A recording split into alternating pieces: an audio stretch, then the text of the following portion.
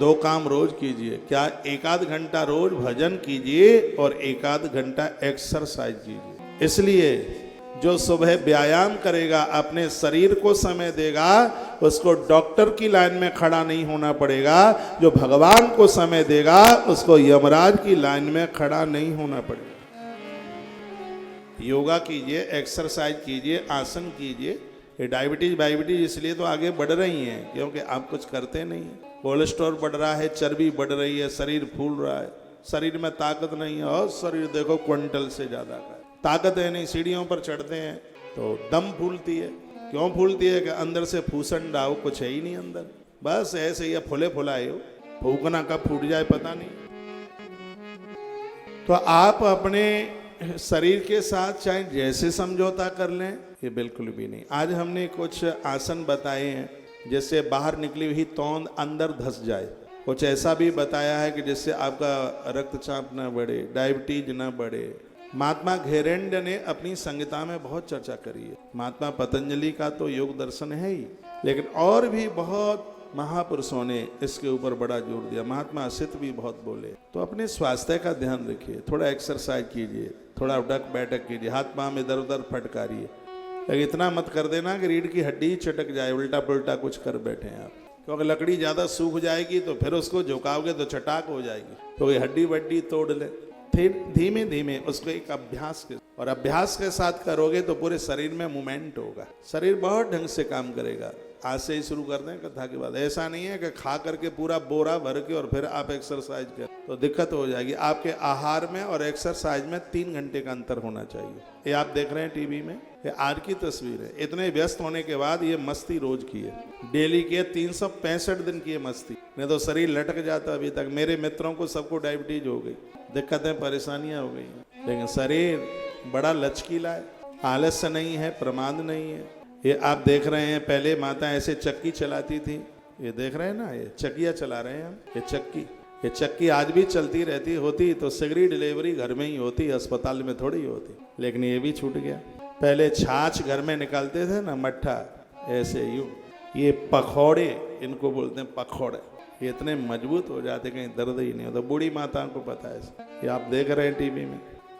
आपका काम मुझे करना पड़ रहा है, मठा निकालने का काम आपका है, लेकिन निकालना मुझे पड़ रहा है। शरीर को टाइम दीजिए, तभी तो आप स्वस्थ रह पाएंगे। ये बड़ी मुश्किल से मिला है, भगवान की बड़ी कृपा से मिला है, ऐसे ही नहीं मिला। गोस्वामी जी ने कहा बहुत प्यारी जो भाई,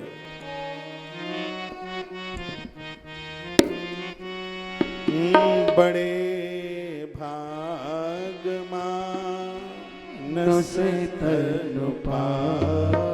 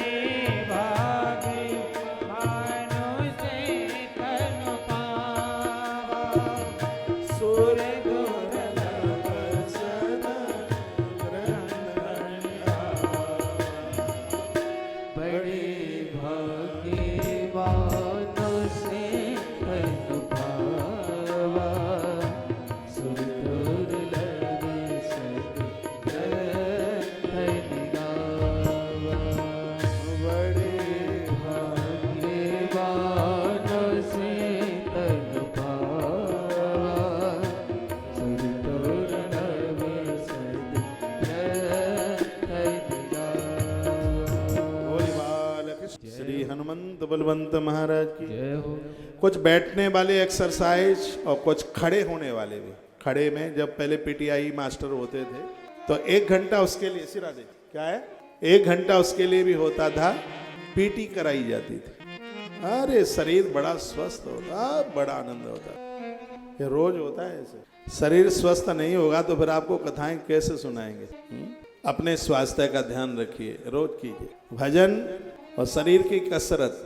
स्त्री पुरुष बच्चा बूढ़ा कोई भी है, आपका 1 रुपया नहीं जाएगा दवाई के ऊपर, 1 रुपया नहीं जाने वाला है। करें तो सही। ये एक्सरसाइज है, डायबिटीज दूर करती है। इसमें नीचे तलवों में इसका ऐसा जोर पड़ता है कि मधुमेह को समाप्त करता है। मुझे एक बढ़िया आयुर्वेद के डॉक्टर्स ने ये बात बताई। ये आप देख रहे हैं, ये मैं 500 बार करता हूँ डेली, 500 बार डेली, प्रत्येक दिन 500 बार उछल उछल। जगता हूँ लगभग 3:30 पौने 4 बजे और नहाता हूँ लगभग 4:30 पौने 5 बजे। कभी नहाने में 5 भी बज जाता है, कभी इसमें ज़्यादा टाइम लग जाता है, लेकिन एक काम